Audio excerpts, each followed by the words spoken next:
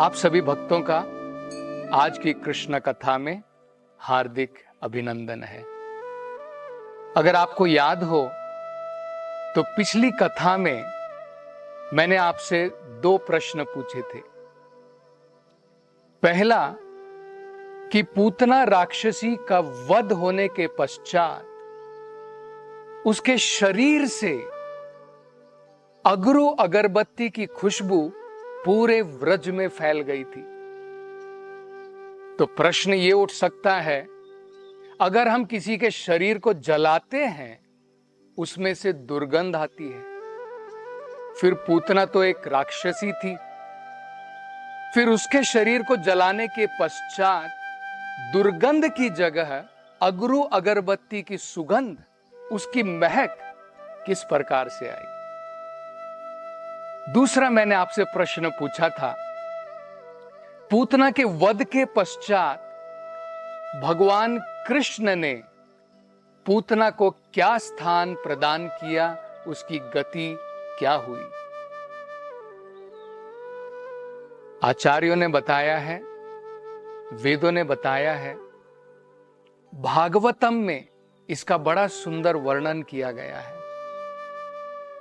किस प्रकार पूतना राक्षसी,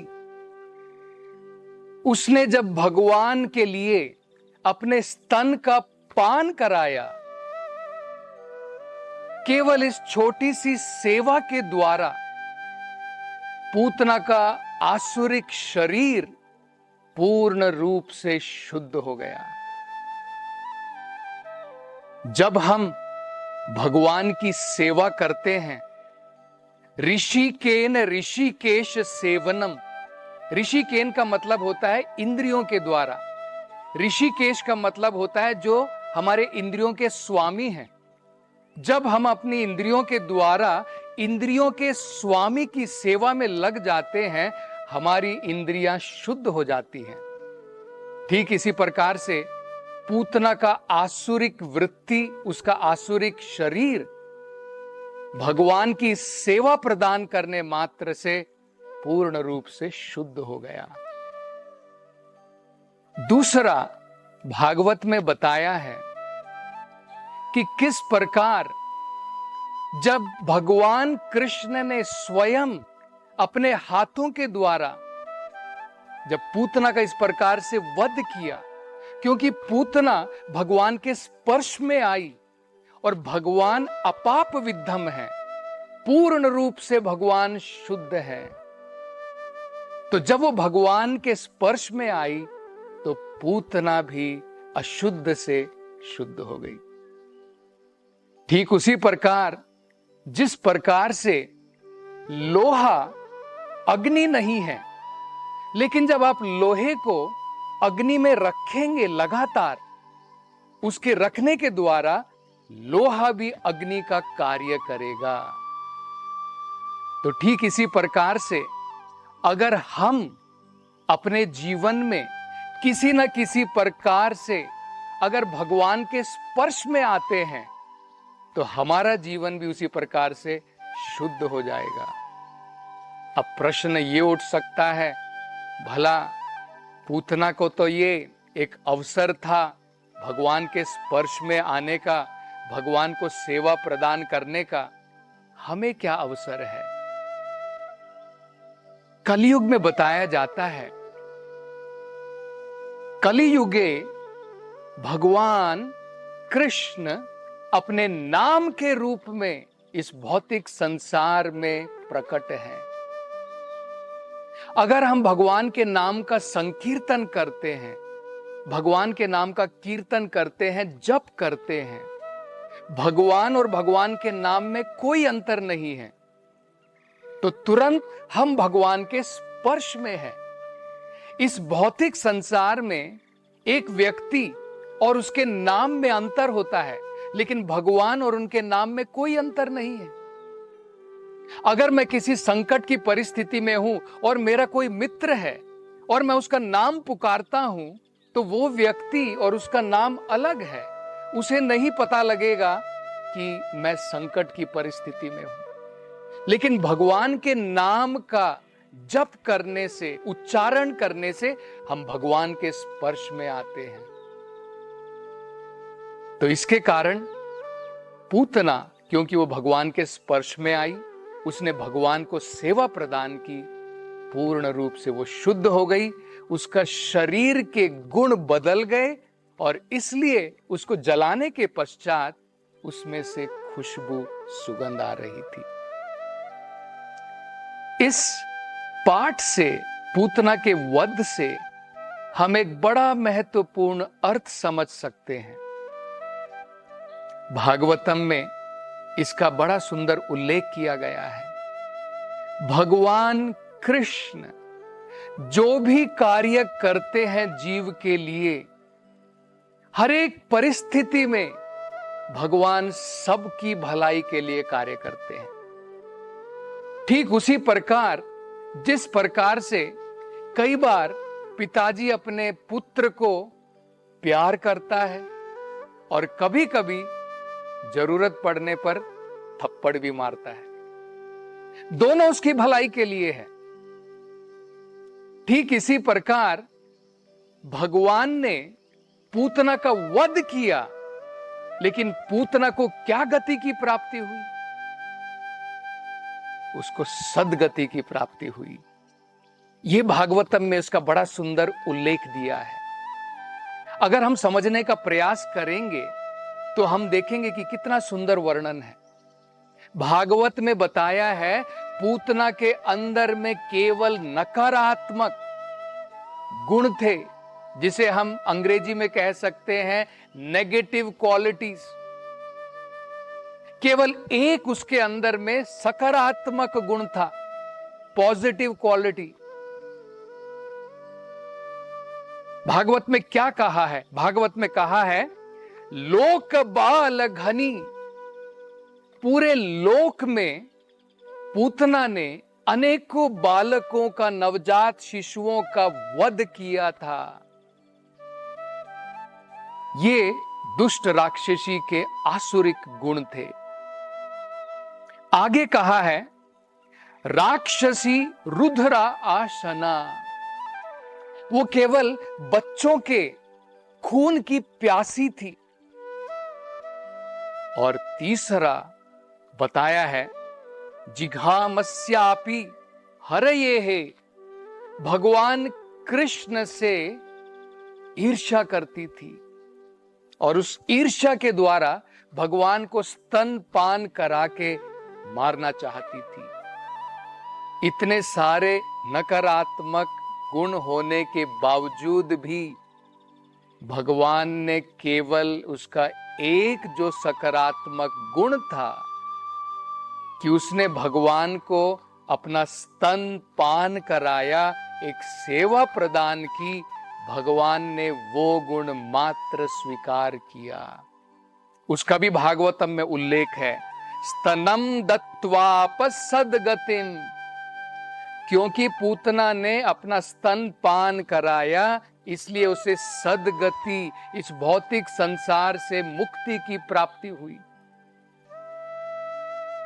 आगे कहा है यताधानी अपि स स्वर्गम अवाप जननी गतिम, केवल उसे मुक्ति मात्र की प्राप्ति नहीं हुई, भगवान ने उसे क्या स्थान प्रदान किया? भगवान ने वैकुंठ लोक में उसको मां का स्थान प्रदान किया। अवाप जननिम गति।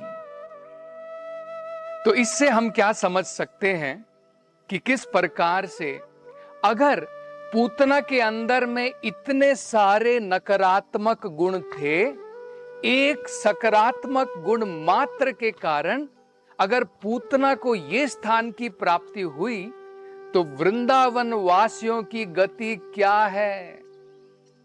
उनके अंदर में भगवान के प्रति कोई ईर्ष्या नहीं है, कोई नकारात्मक गुण नहीं है।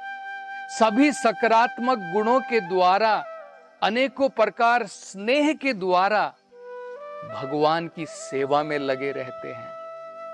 उनकी गति क्या है? जिन गोपियों ने, जिन माताओं ने अपने स्तन का पान भगवान कृष्ण को यशोदा माई की तरह कराया, उनकी गति हम केवल सोच मात्र सकते हैं। आगे भागवतम में बताया है, उन गायों को, जिन गायों का दूध भगवान स्वयं पान करते थे, जिन गाय के मक्खन को भगवान खाते थे, उन गाय की गति के बारे में भी हम लोग सोच सकते हैं, उनका क्या हुआ होगा। तो भगवान कृष्ण प्रेम के द्वारा जब भक्त भगवान की सेवा में लग जाता है, उसे केवल मुक्ति की प्राप्ति नहीं होती है, उसे सर्वश्रेष्ठ भगवान की भक्ति की प्राप्ति होती है। और ऐसा अवसर मिलता है जहां पर भगवान का भक्त, उसके सामने मुक्ति हाथ जोड़ करके खड़ी है और भगवान का भक्त मुक्ति की तरफ देखता भी नहीं है। जैसे चैतन्य महाप्रभु ने कहा है, मम जनमनी भवताद भक्तेर अहेतु की त्वयि। भगवान का भक्त बार बार इस संसार में आकर के भी बिना मुक्ति के, सोच विचार के, हमेशा भगवान की भक्ति में लगा रहना चाहता है। ये श्रेष्ठ गुण थे वृंदावन वासियों के। इसलिए चैतन्य महाप्रभु वो कहते हैं, गोपियों के बारे में क्या कहते हैं, वो कहते हैं, रम्या कचिद उपासना व्रग वधु कल्पिता। जिस प्रकार की भक्ति व्रज की वधुओं ने की, उस प्रकार की भक्ति सर्वश्रेष्ठ मानी जाती है। तो इस पूतना के वध से हम एक बड़ा सुंदर अर्थ अपने जीवन में भी सीख सकते हैं। अभी हमने ये तो समझ लिया पूतना को क्या गति की प्राप्ति हुई, वृंदावन वासियों की गति क्या हुई जो प्रेम और श्रद्धा के साथ में भगवान की भक्ति में लगी रहती हैं। वृंदावन की गायें जिन्होंने अपने दूध को प्रदान किया, उनकी क्या गति प्राप्ति हो सकती है। और इसी प्रकार से अगर हम श्रद्धा के साथ में, भक्ति के साथ में अगर हम भगवान की सेवा करते हैं, थोड़ी भी सेवा करते हैं, भगवान एक कदम हम भगवान की तरफ उठाएंगे, 1000 कदम भगवान हमारी तरफ उठाते हैं। ये भगवत गीता में भगवान ने वचन दिया है।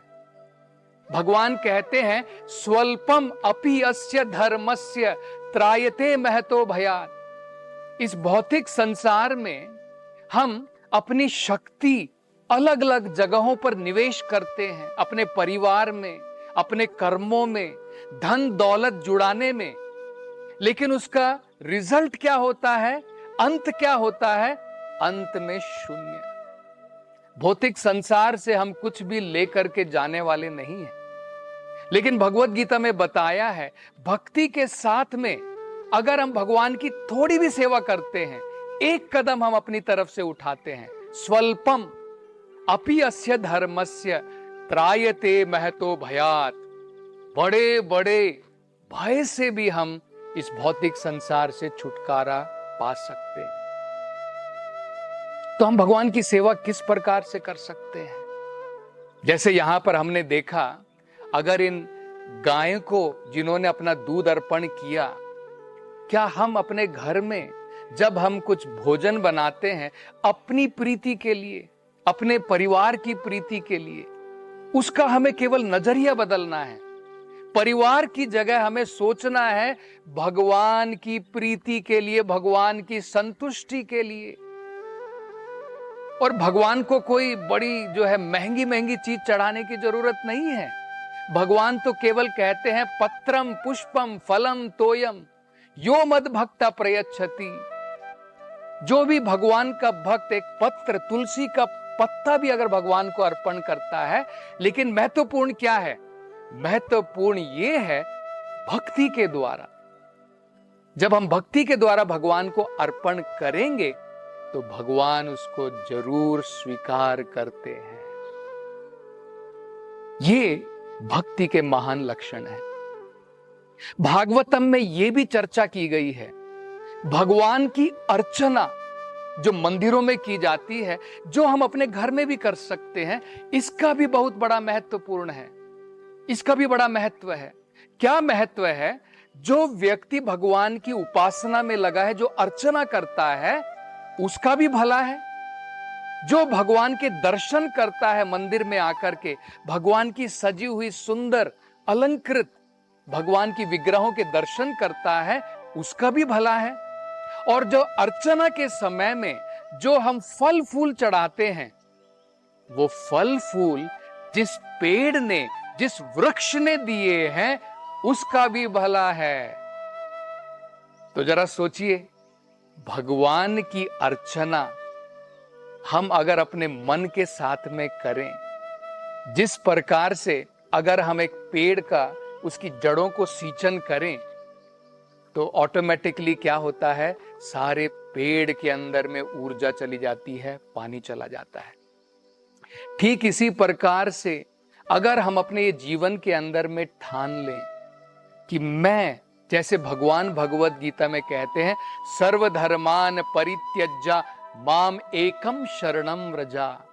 भगवान कहते केवल मेरी शरण मात्र में आ जा। तो जब अगर हम भगवान की शरण लेने का प्रयास करेंगे, तो जितने भी हमारे जीवन के अंदर में भय हैं, उन सब भय से हम मुक्ति की प्राप्ति कर सकते हैं। तो ये आज की कृष्ण कथा में हम बहुत सुंदर सीख इस पाठ से ले सकते हैं।